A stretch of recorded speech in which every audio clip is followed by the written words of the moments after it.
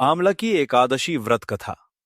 पापी बहेलिया एवं राजकुमार वसुरथ की कथा।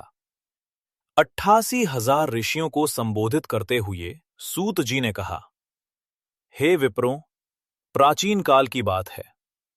महान राजा मांधाता ने वशिष्ठ जी से पूछा, हे वशिष्ठ जी, यदि आप मुझ पर प्रसन्न हैं तो ऐसे व्रत का विधान बताने की कृपा करें जिससे मेरा कल्याण हो।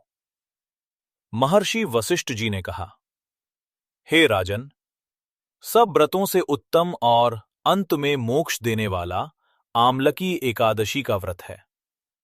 राजा मांधाता ने कहा, हे ऋषि श्रेष्ठ, इस आमलकी एकादशी के व्रत की उत्पत्ति कैसे हुई? इस व्रत के करने का क्या विधान है? हे वेदों के ज्ञाता, कृपा कर ये सब वृतांत मुझे विस्तार पूर्वक बताएं। महर्षि वशिष्ठ ने कहा, हे राजन, मैं तुम्हारे समक्ष विस्तार से इस व्रत का वृतांत कहता हूं। ये व्रत फाल्गुन मास के शुक्ल पक्ष में होता है। इस व्रत के फल के प्रभाव से सभी पाप समूल नष्ट हो जाते हैं। इस व्रत का पुण्य 1,000 गौदान के फल के समान है। आमलकी की महत्ता उसके गुणों के अतिरिक्त इस बात में भी है कि इसकी उत्पत्ति भगवान विष्णु के श्रीमुख से हुई है। अब मैं आपको एक पौराणिक कथा सुनाता हूं। ध्यानपूर्वक श्रवण करो।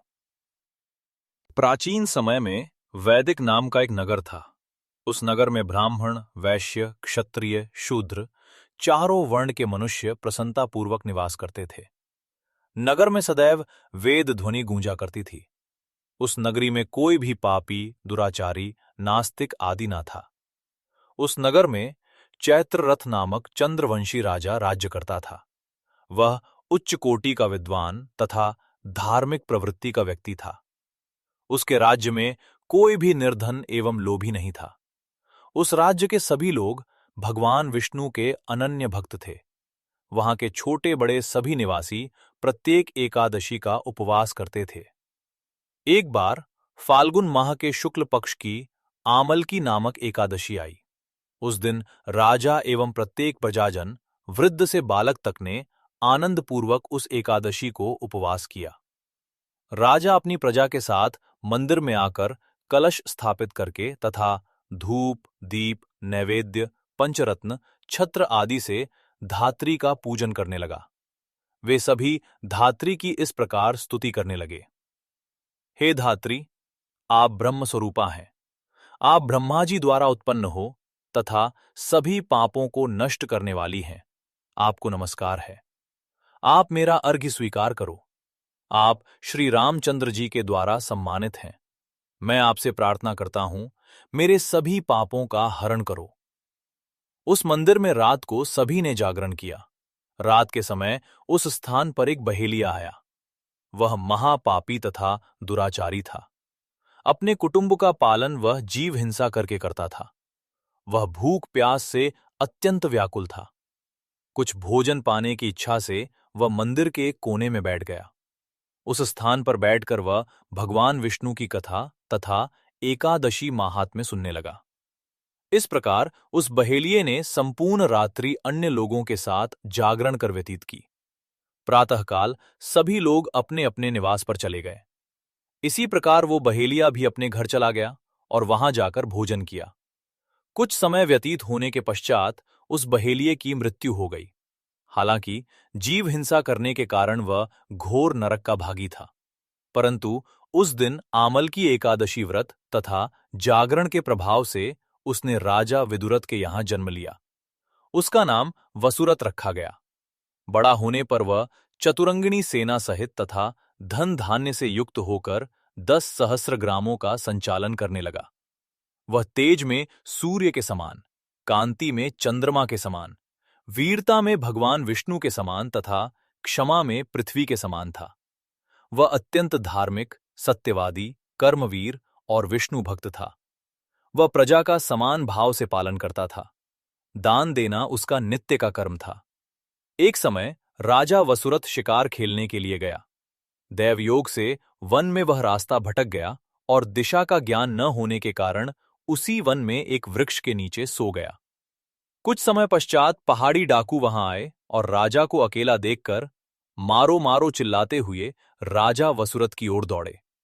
वह डाकू कहने लगे कि इस दुष्ट राजा ने हमारे माता पिता, पुत्र पौत्र आदि समस्त संबंधियों को मारा है तथा देश से निकाल दिया। अब हमें इसे मारकर अपने अपमान का बदला लेना चाहिए। इतना कह वे डाकू राजा को मारने लगे और उस पर अस्त्र शस्त्र का प्रहार करने लगे। डाकुओं के वह अस्त्र शस्त्र राजा के शरीर से स्पर्श होते ही नष्ट होने लगे तथा राजा को वह शस्त्र पुष्पों के समान प्रतीत होने लगे। कुछ समय पश्चात प्रभु इच्छा से उन डाकुओं के अस्त्र शस्त्र उन्हीं पर प्रहार करने लगे, जिससे वे सभी डाकू मूर्छित हो गए। उसी समय राजा के शरीर से एक दिव्य देवी प्रकट हुई। वह देवी अत्यंत सुंदर थी तथा सुंदर वस्त्रों तथा आभूषणों से अलंकृत थी। उसकी भ्रिकुटी टेढ़ी थी। उसके नेत्रों से क्रोध की भीषण लपटें निकल रही थीं। उस समय वे लपटें काल के समान प्रतीत हो रही थीं। उसने देखते ही देखते उन सभी डाकुओं का समूल नाश कर दिया। नींद से उठने पर राजा ने वहां अनेक डाकुओं को मृत पड़ा देखा। वह सोचने लगा, किसने इन्हें मारा? इस वन में कौन मेरा हितैषी रहता है? राजा वसुरथ ऐसा विचार कर ही रहा था कि उसी समय आकाशवाणी हुई। हे राजन, इस संसार में भगवान विष्णु के अतिरिक्त तेरी रक्षा कौन कर सकता है? इस आकाशवाणी को सुनकर राजा ने भगवान विष्णु को स्मरण कर उन्हें प्रणाम किया। तत्पश्चात अपने नगर को वापस आ गया और सुखपूर्वक राज्य करने लगा। महर्षि वशिष्ठ ने कहा, हे राजन, ये सब आमल की एकादशी के व्रत का प्रभाव था। जो मनुष्य एक भी आमल की एकादशी का व्रत करता है, वह प्रत्येक कार्य में सफल होता है तथा अंत में वैकुंठ धाम को पाता है। कथासार। भगवान श्री हरि की शक्ति हमारे सभी कष्टों को हरती है। ये मनुष्य की ही नहीं, अपितु देवताओं की रक्षा में भी पूर्णतया समर्थ है। इसी शक्ति के बल से भगवान विष्णु ने मधुकैटभ नाम के राक्षसों का संहार किया था।